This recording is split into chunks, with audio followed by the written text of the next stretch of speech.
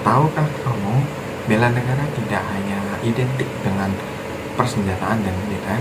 Nah, di era modern ini, bela negara dapat diwujudkan dengan keilmuan dan profesionalisme di bidang yang saya tekuni, yaitu bidang teknik industri.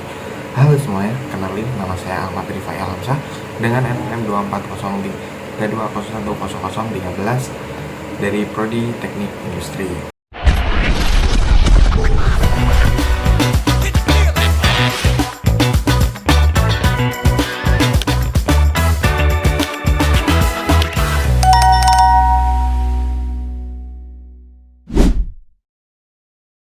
Jadi di sini saya akan membahas tentang artikel yang saya buat, yaitu implementasi bela negara terhadap bidang keilmuan yang saya tekuni, yaitu salah satunya bidang teknik industri.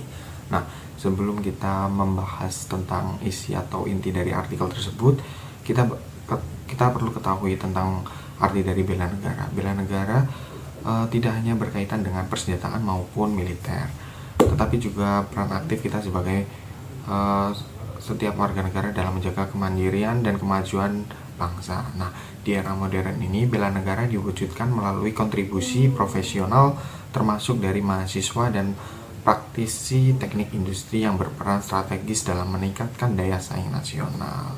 Jadi, begitu buat pengertian dari bela negara ini sendiri. Kemudian kita langsung masuk ke implementasi teknik industri bagi bangsa dan negara.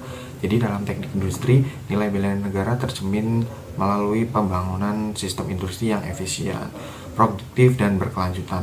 Cinta tanah air diwujudkan dengan mengoptimalkan sumber daya lokal dan mengurangi ketergantungan impor. Kesadaran berbangsa dan bernegara tercermin dalam perencanaan sistem kerja yang aman, adil, dan memperhatikan kesejahteraan tenaga kerja. Dalam teknik industri, kesetiaan pada Pancasila diterapkan melalui prinsip ergonomi, K3, dan perbaikan berkelanjutan agar industri berjalan secara manusiawi dan berkualitas.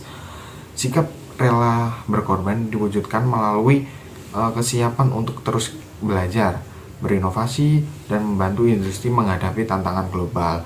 Sementara itu, kemampuan awal bela negara tercermin dari penguasaan teknologi modern seperti digitalisasi dan otomasi untuk mendukung industri nasional yang kompetitif.